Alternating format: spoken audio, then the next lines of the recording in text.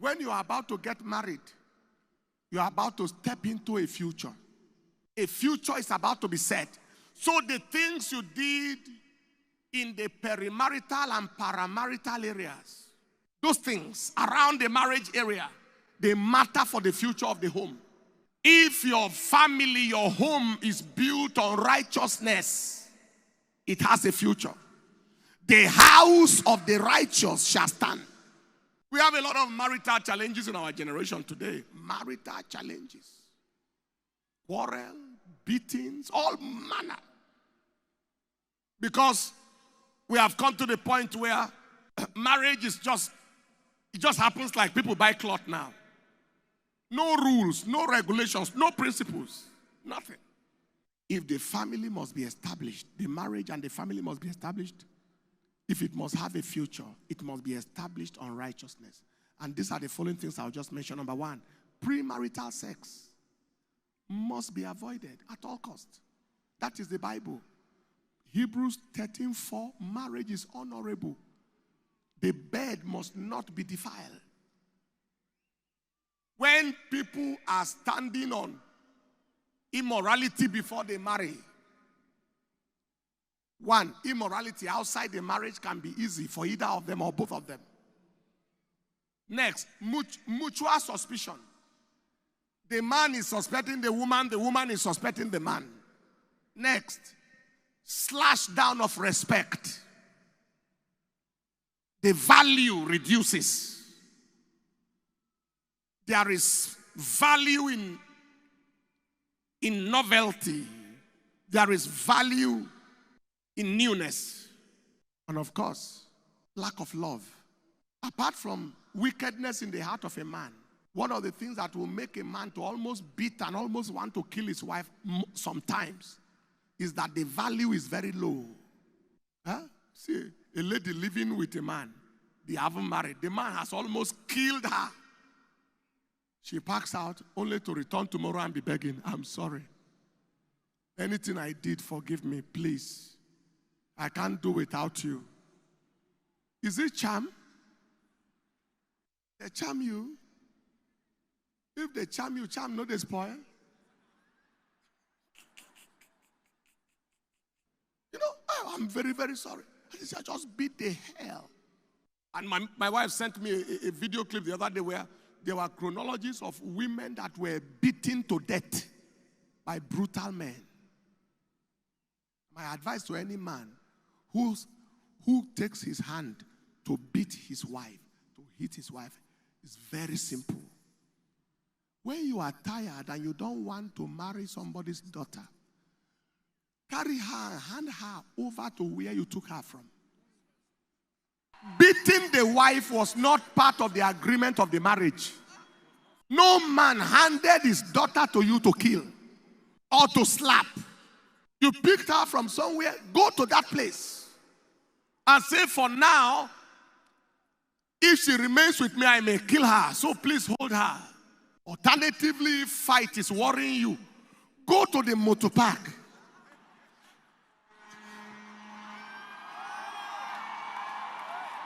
There are many area boys in Lagos, Agbero boys, in they are waiting for fight.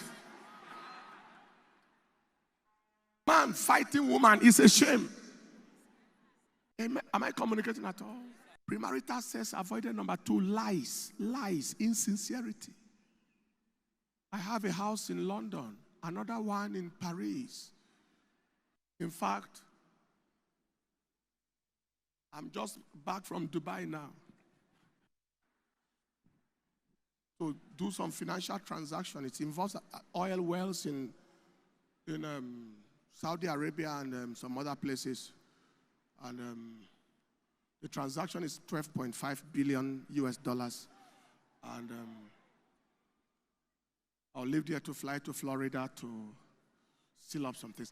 And the worst thing is that these are the kind of things that some girls believe.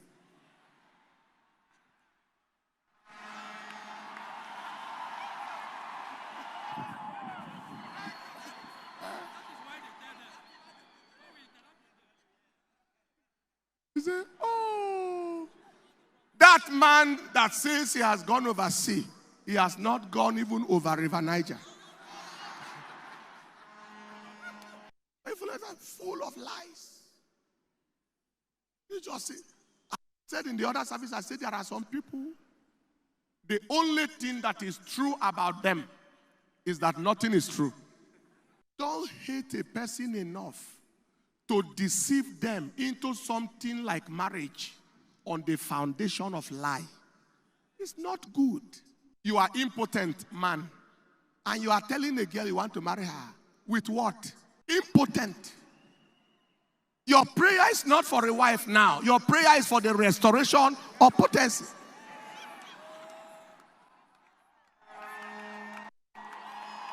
Listen, because I am not just preaching. These are things I have witnessed. Man married girl only for the girl to realize that the man is impotent, and he was aware. They lived together for about 8 years and wedded in church. She walked out. You deceived me. You are not a man. That's wickedness of heart. Wickedness of heart. You have a child out of wedlock and you don't want the other person to know. It's not, well, if you have a child out of wedlock and you have come before God, you have been forgiven. So you don't die with that challenge. If this person will not marry you because you had a child before, somebody who will both marry you and love the child.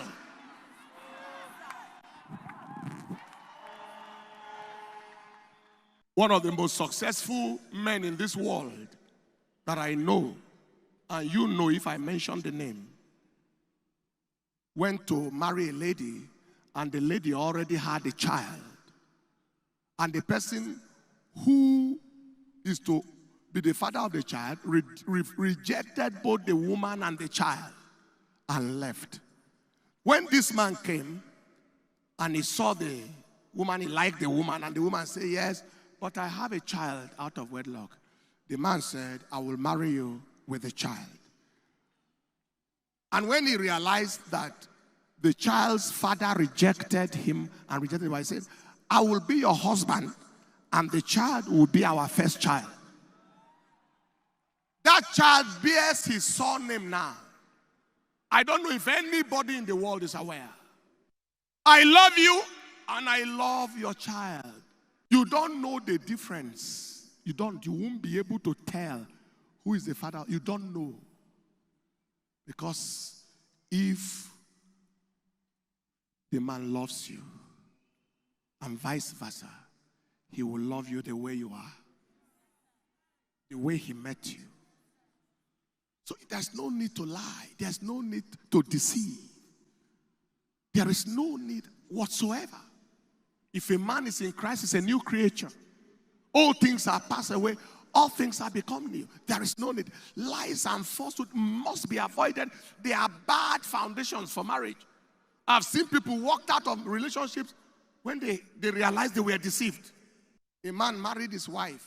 He was the first person that knew that woman.